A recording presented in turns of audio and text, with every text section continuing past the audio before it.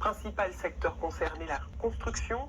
Des ouvriers qui prennent toujours plus de risques pour respecter des délais toujours plus courts, parfois à leurs risques et périls. Le reportage de Vitol Stanik, Dimitri Sikiotakis et Jean-Baptiste Bruno. Depuis un peu plus d'1 an, Sarah ouvre régulièrement cet album photo dédié à son frère. Il est brun, il a les yeux bleus, il est magnifique. Et c'est quelqu'un de déterminé, de très déterminé. J'ai encore du mal à parler de lui au passé. Le 17 septembre 2020, Steven Jobert intervient sur un chantier quand le drame se produit. Mon frère est tombé d'un toit pour tomber environ 5 mètres plus bas. Steven, qui allait devenir père 1 mois plus tard, décédera à l'hôpital 1 semaine après l'accident des suites de ses blessures. Pour Sarah, son employeur a négligé sa sécurité. Il n'avait pas de harnais, pas de filet, pas de ligne de vie, pas de casque. Au moment où il est tombé, il avait des chaussures de sécurité et un short. Ce jour-là, rien n'était de sa faute. Rien. Voilà. Sarah et sa famille ont déposé plainte pour homicide involontaire contre les employeurs de Steven. Tant qu'on n'est pas passé devant le tribunal et que je n'ai pas vu une seule fois les patrons dans les yeux, c'est de la colère. Je ne respire plus tant qu'on ne sera pas passé devant le tribunal. Pour l'instant, les enquêteurs poursuivent leurs auditions, comme celle du collègue de Steven, présent ce jour-là à ses côtés. Nous retrouvons Nathanaël sur les lieux de l'accident. Il s'exprime pour la première fois. Alors là, on faisait une réflexion de toiture ici, sur toute la partie du bâtiment. Et mon collègue a chuté juste là, alors que je travaillais un peu plus loin là-bas en bas. Donc j'ai entendu un crack, je me suis tourné, il était déjà plus là, il était déjà en bas. Et je l'ai vu ici, à cet endroit-là. On peut apercevoir la plaque qui a été changée le lendemain par mon employeur. Selon lui, aucun équipement de sécurité n'était fourni par l'entreprise. Pas de harnais, pas de ligne de vie. La seule consigne qu'on avait, c'était de faire très attention, de marcher au niveau des jonctions, donc des montants qui sont là. Depuis, Nathanaël a quitté l'entreprise.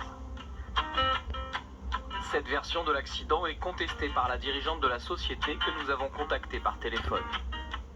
Il y a 2 harnais, il y a les casques, tout était fourni. Ils ont signé avec le matériel l'obligation de porter les EPI. Selon elle, les 2 hommes se sont mis en danger eux-mêmes. Peut-être que les salariés ont oublié de vous dire qu'ils dormaient ou se couchaient pendant leur pause de déjeuner sur cette toiture, voire j'ai vu la plaque.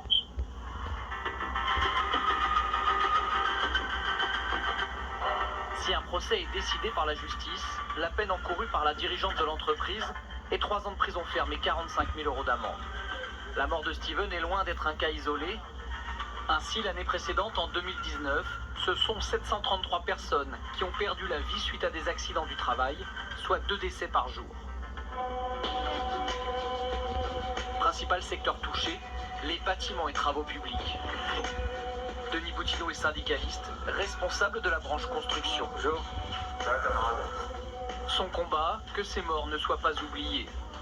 Ça, c'est la stèle qu'on avait déposée à Pujol suite à la mort d'un salarié intérimaire. C'est aussi un hommage à tous les morts de nos métiers, quoi. Chaque jour, il recense tous les accidents du travail en France. Un travailleur sur 18, dans l'année, a un accident de travail dans le BTP. C'est énorme, c'est un accident de travail toutes les 2 minutes. Les chiffres, ils paraissent surréalistes. Mais ce qu'il faut savoir, c'est qu'hélas, ils sont en augmentation, quoi. L'homme dénonce une course à la rentabilité au détriment de la sécurité. Sur le travail en hauteur, aujourd'hui, on voit encore trop de chantiers où on ne voit pas de nacelles élévatrices, où les gens sont sur des échelles, escabeaux. On est en 2021 et on travaille comme il y a quelques siècles. Si le chiffre 2021 des accidents mortels n'est pas encore connu, le rattrapage des retards engendrés par la crise sanitaire fait craindre le pire. Monsieur, bonjour, c'est l'inspection du travail. Pour enrayer cette spirale, l'État multiplie les contrôles sur le terrain. Ce matin, Jean-Noël, inspecteur du travail, a repéré une anomalie sur ce chantier d'Ivry-sur-Seine, en région parisienne. En fait, les terres, elles sont directement au-dessus de la fouille, donc elles peuvent glisser. Et si ça vous tombe sur la tête, vous avez le casque, mais bon, si ça vous tombe sur l'épaule ou ou sur les genoux. Pas d'amende pour l'entrepreneur, mais ce dernier devra se mettre en conformité avant une contre-visite, programmée quelques jours plus tard. On fait un tour? Ouais. Dans la foulée, un autre chantier est également contrôlé de manière inopinée. Vous savez que ça c'est interdit sur les chantiers? Ouais, je sais. Et comment ça se fait que c'est... Il est là. Bah oui. L'escabeau, un réel danger sur les chantiers. L'ouvrier va travailler sur les marches intermédiaires, donc vous voyez qu'il va être en équilibre, hein,